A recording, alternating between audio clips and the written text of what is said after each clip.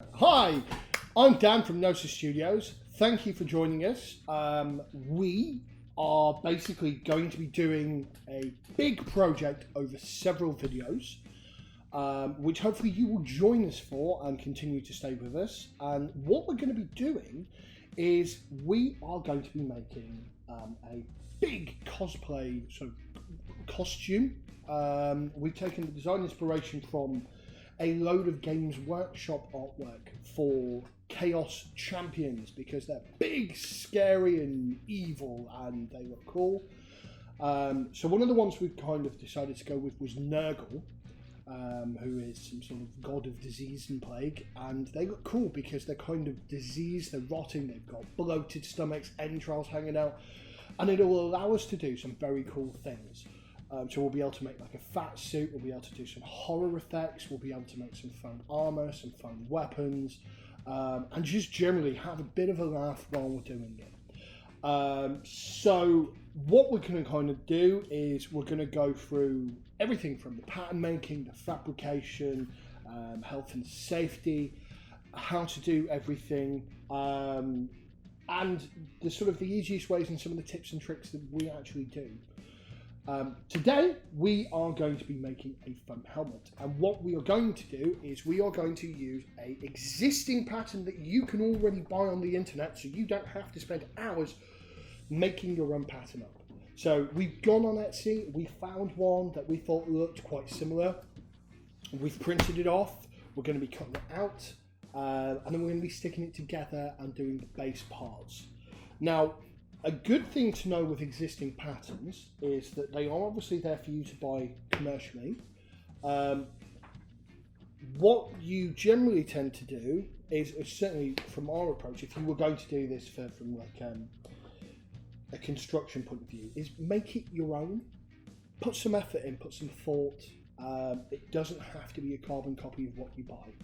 So that's what we're going to be doing. We'll show you sort of pictures, something like over here or here. Who knows? I don't know till we do the editing.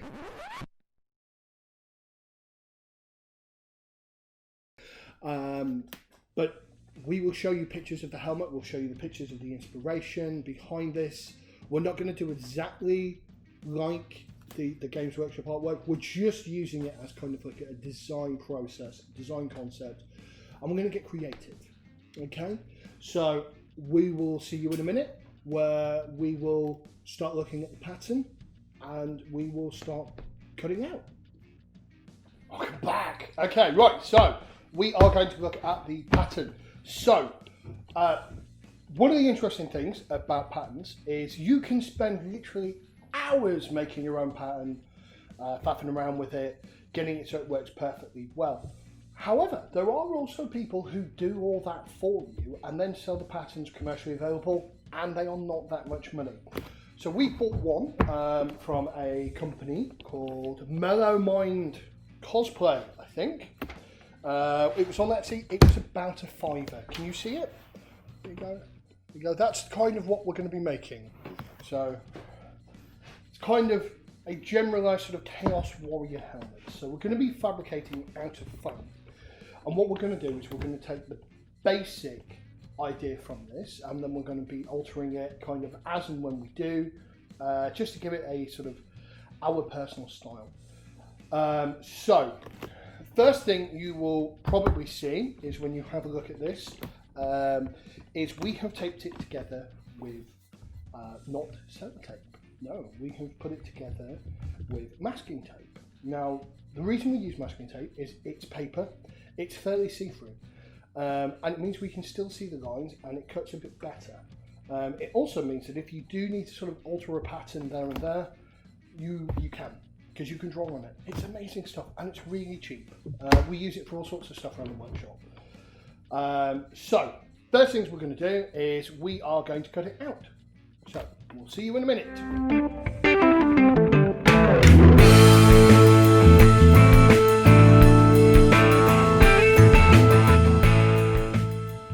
Hi, so we have, as you can see, cut out our patterns. Ooh. Now, you'll be wondering why there are these marks. So these marks are there so when we transfer the pattern to the foam, we can then kind of line up where they need to be, which is great. It makes things a little bit easier for us. Now with this pattern, we need to reverse it. So what we need to do is have those lines on the back as well. So I've already done some, which you should be able to see here.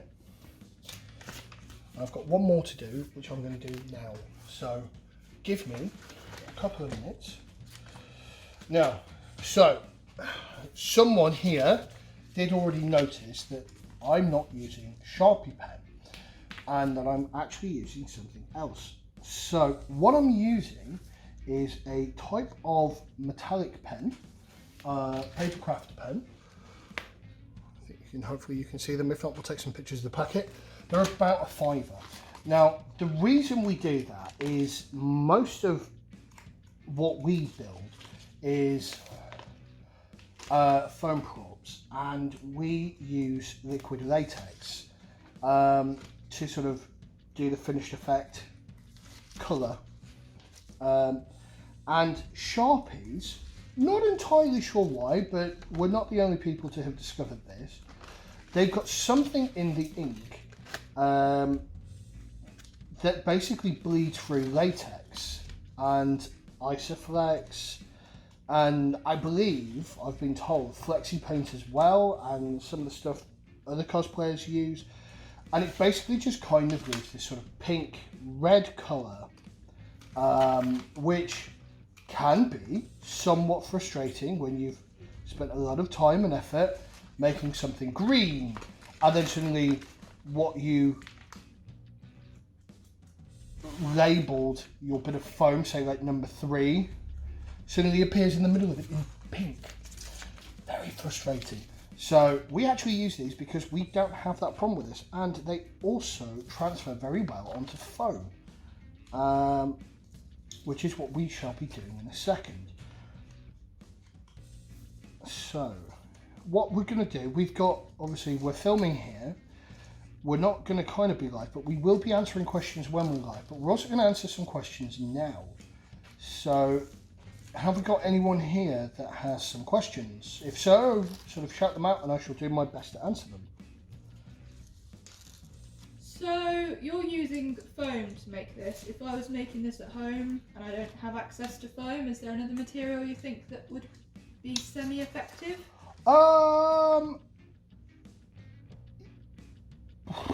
I mean, you can use whatever materials you want with whatever budget you've got.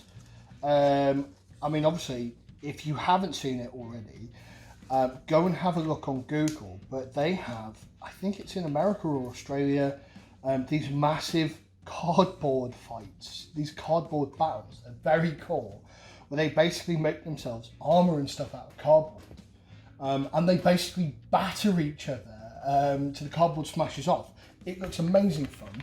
And it's all made out of cardboard. It's absolutely insane. I mean, there's people turning up with like full-on samurai cardboard armor sets, barbarian, they're making weapons out of cardboard. The whole thing, it's just cardboard everywhere. Obviously, we've now got our pattern pieces, so what we're going to do is we're going to trace it onto... Foam's fallen over. Ta-da! Onto the foam. So here what we do is we transfer the pattern to a bit of foam. On this particular occasion we are using 10mm foam Plastizote LD45. It gives a nice sort of texture. It's a nice sort of flexibility. It's thick enough for a helmet because you don't want it to be too soft because it just kind of doesn't shape properly. Now what you'll notice is what we're doing is I am marking some lines on the outside. The reason I'm doing that is I'm going to draw the lines on the inside, and what we want is those lines when we're gluing the whole pattern piece together to actually match up, because that helps the pattern to be correct and in the right shape. So as you can see, that's what I'm just doing here. And, it's quite interesting watching myself at high speed. I wish I could work this fast all the time. I would get so much done. It would be amazing. And then what we need to do after this is to actually start cutting out our pattern. Now what we want is a really sharp, nice new blade, or if you've got a knife sharper, sharpen up. I've got my box cutter there, or craft knife. They're quite cheap. Get them from Poundland for about £1 for a packet of 6. Now when you're cutting it, you want the blade to be nice and straight. You don't want to have a bevel. If you kind of do it too much one angle, the pattern will kind of go a bit weird.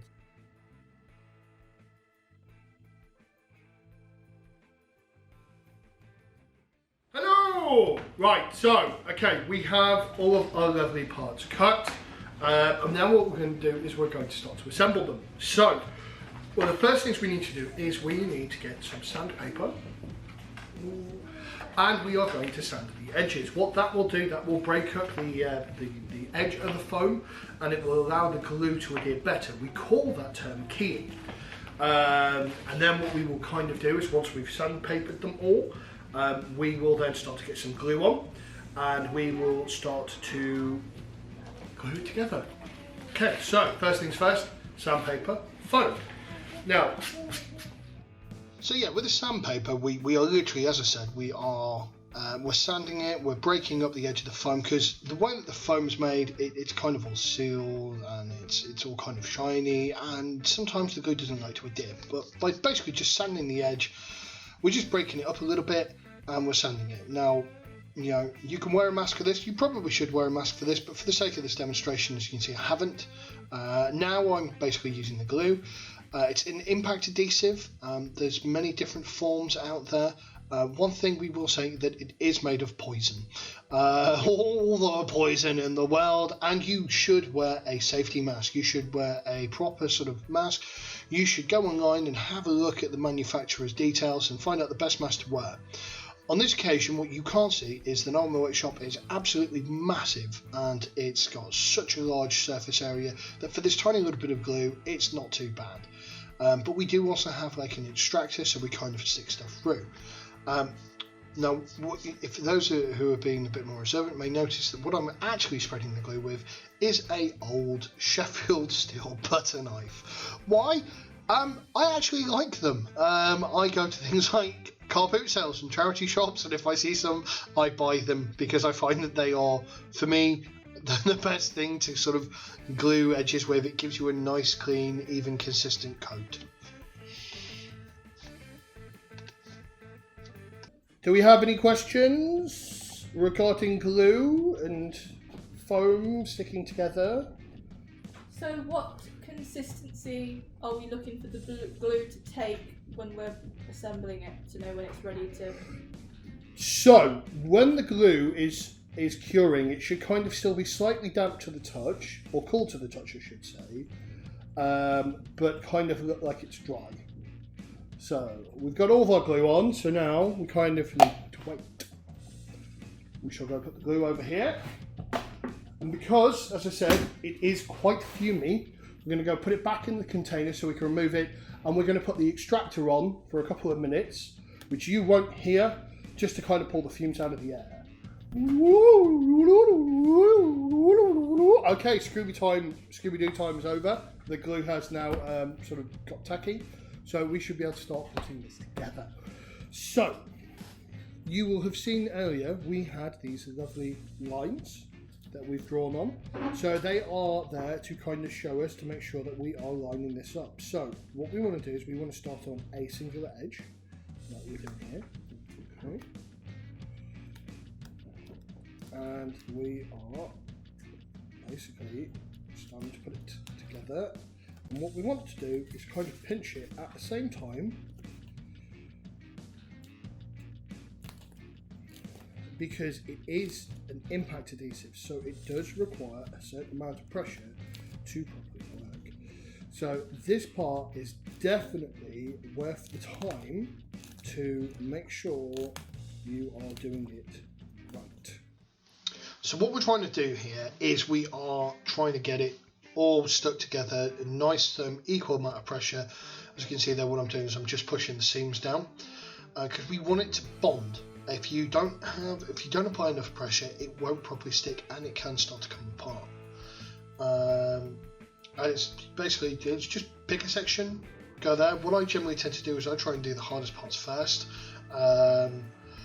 What I would probably have done in hindsight with this particular helmet, and hindsight's always another thing after you've done it, I would have started with the side pieces first, because we did find them quite tricky to get them kind of stuck in towards the end. Now, don't worry if your seams are not perfectly sort of flat. What we're going to do in our next videos, we're going to show you basically what you can do is you can kind of Dremel it down, and an interesting effect that you can do to kind of give it a hammered and beaten texture to kind of get rid of that. Right, now, finished it. As you can see on the left hand side, the helmet is kind of done. We're going to go do some sanding, we're going to do some Dremeling, we're going to go to a machine room. Safety first. Wear a dust mask. You don't want to breathe foam dust. It's not good for your lungs. Eye protection.